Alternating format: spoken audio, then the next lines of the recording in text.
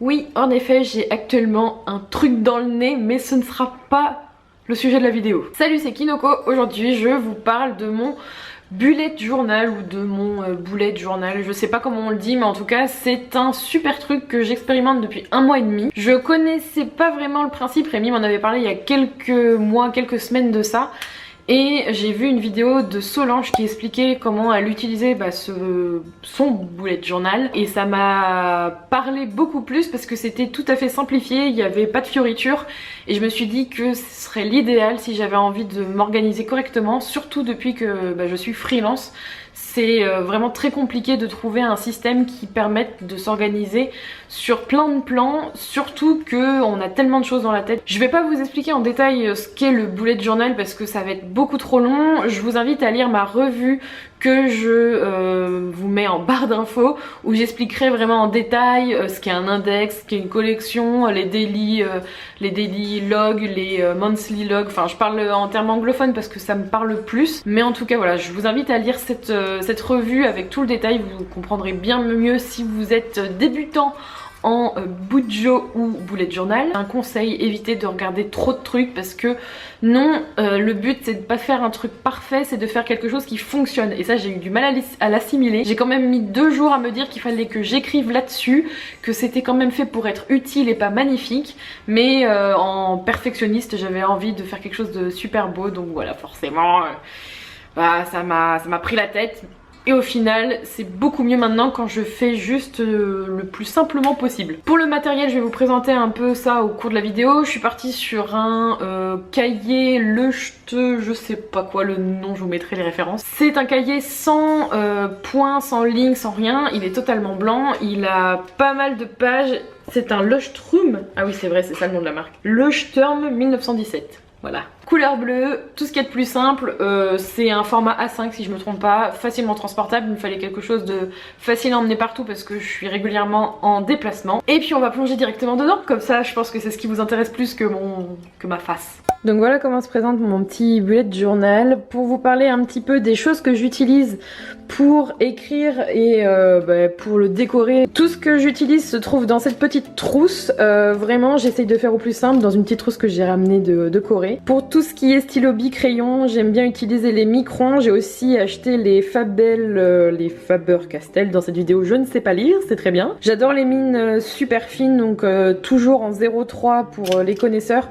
Juste pour l'anecdote, depuis que je suis à l'école, depuis que je sais écrire ou dessiner, j'adore les crayons et comme vous pouvez le voir, j'ai également repris le goût d'écrire au stylo plume. Ce stylo plume, c'est un peu une antiquité si on veut, parce que je crois, si je me souviens bien, c'est ma mère qui me l'a offert pour le brevet. Et je vous avoue que c'est un super stylo plume que j'ai repris plaisir à utiliser pour mon bullet journal. Vous pouvez faire super simple, juste un crayon, ah oui, un crayon papier évidemment, mais vraiment super simple. Sinon j'utilise aussi régulièrement pas mal de petits des crayons de couleur quoi. Je m'y suis mise récemment, je trouvais ça plus sympa que le truc suivant que je vais vous montrer. Je me suis pris également ce type de stabilo parce que voilà, c'était aussi en mine 0,3 mm et il y a vraiment plein de couleurs différentes. Alors je les utilise encore, mais j'avoue que utiliser des crayons de couleur me manquait pas mal et du coup voilà, c'est un peu le matériel que j'utilise. Petit aparté avant de plonger dans le bullet journal, j'utilise aussi un petit carnet à côté, surtout quand j'ai envie de faire des brouillons.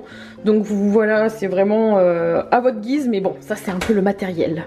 Donc un bullet journal, ça commence avec un index, donc le mien est déjà pas mal rempli. En 1 mois et demi finalement, vous voyez que j'ai fait pas mal de petites collections, donc c'est vrai que il se remplit assez vite, mais ce qui est bien avec ce cahier, c'est qu'il y a de la place. J'ai ensuite fait mes keys ou mes indicateurs, donc j'ai repris vraiment le système super basique avec point, croix, petit rond, le truc reporté, le point important que j'utilise jamais, mais alors jamais depuis que j'utilise le bullet journal, les notes et l'annulation, la petite déco qui va bien. On passe ensuite à tout ce qui est sur l'année. Moi j'ai commencé au mois de septembre, du coup je me suis dit que ce serait inutile de faire 2016-2017 directement, vu que j'étais pas forcément sûre de continuer cette méthode là. Du coup j'ai commencé avec le mois d'octobre avec, donc vous voyez que j'ai mis un petit un truc couleur pour pouvoir me repérer avec tout ce qui est professionnel, personnel, tout ce qui concerne mon blog. Les rappels, c'est un peu les dates clés, type vous voyez Noël ou la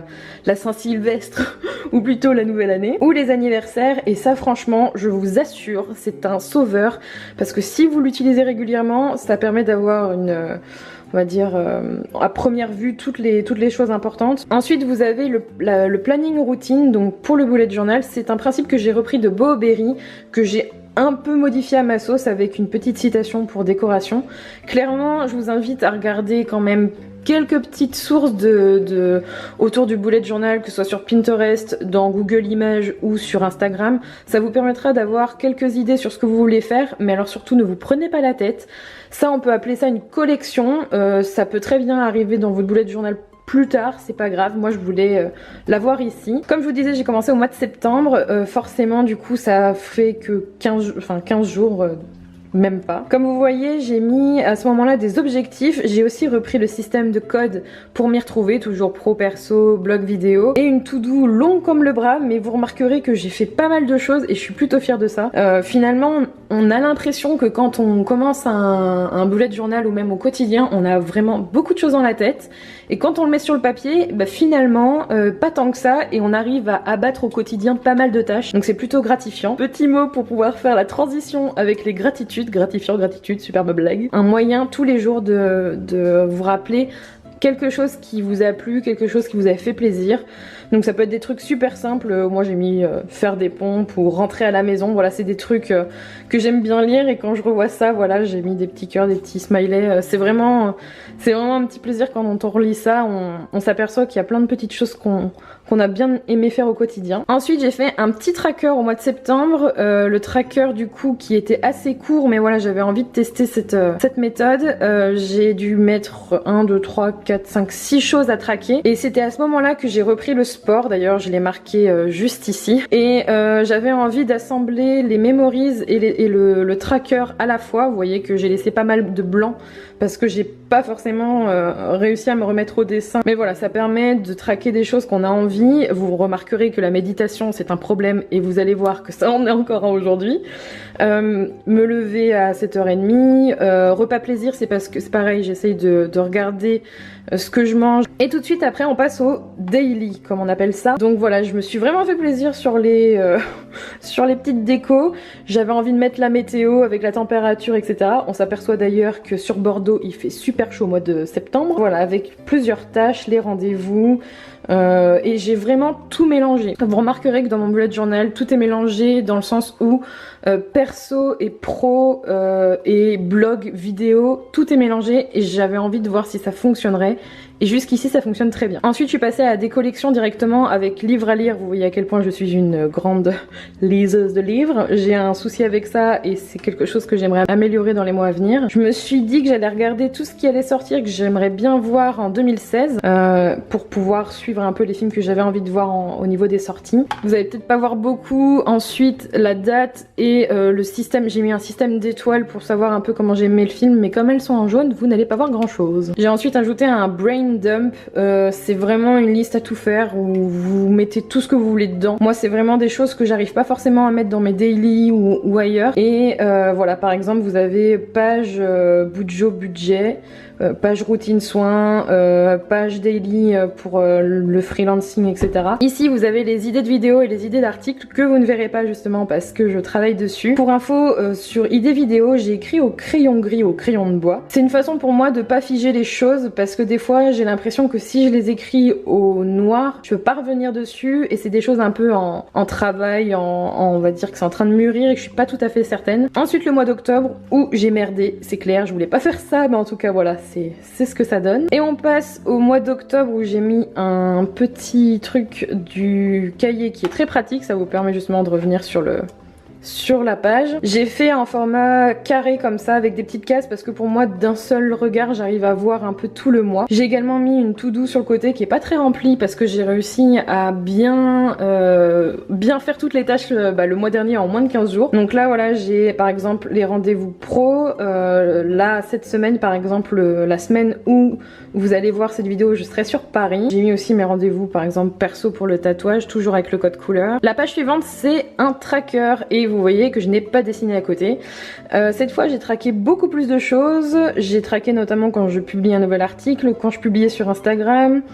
Pour la méditation qui a été encore un beau fiasco parce que je n'ai médité que 2 fois. Pour les étirements, même chose. Et voilà, toujours dessin, etc. Même système que le mois dernier avec les gratitudes où justement voilà, je prends plaisir tous les jours à utiliser mon stylo plume pour écrire les gratitudes. C'est un truc que j'aime bien faire et j'aime bien cette sensation d'écrire avec le stylo plume. Encore des daily, vous voyez à quel point je suis restée sur les petits nuages, etc. Encore une daily à gauche et tout de suite on va commencer avec plein de collections parce que j'étais pris d'une frénésie de mettre des listes partout. La première c'est ma routine en tant que freelance parce que je suis quelqu'un de pas forcément super ordonné le matin, j'ai tendance à me mettre directement sur mon ordi et pas toujours faire les choses dans l'ordre comme il faudrait.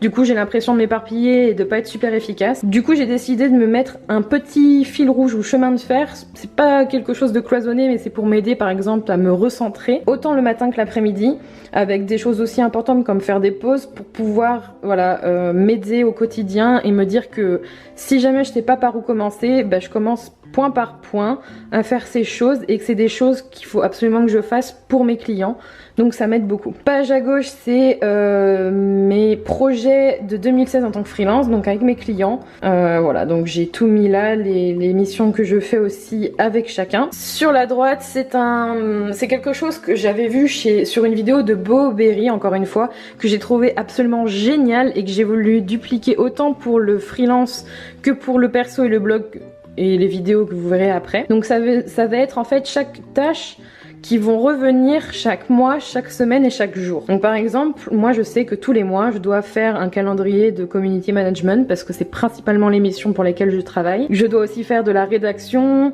de la facturation, je dois planifier les réseaux sociaux. Par semaine, je fais mon budget.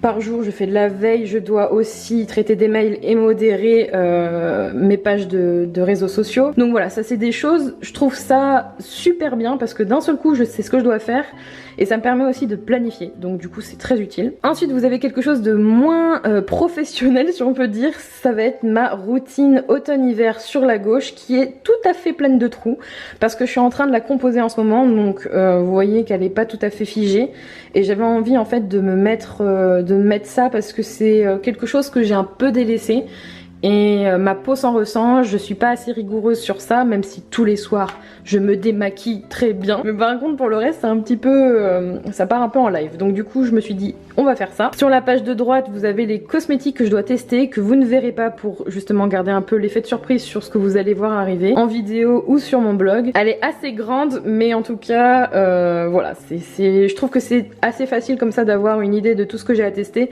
parce qu'il peut y en avoir dans tous les placards et je sais pas forcément où j'en suis. Même système que ce que je vous ai dit tout à l'heure pour le planning freelance, là c'est la même chose mais perso et blog. Donc pareil, mois, semaine et jour. Et vous voyez qu'il y a une différence en fait avec celui qui se trouve sur la droite, qui est celui de jour qui n'est pas terminé. Chaque jour il faut que je mette des tâches par exemple, notamment par rapport au planning de publication de vidéos, d'articles, des petites choses à faire.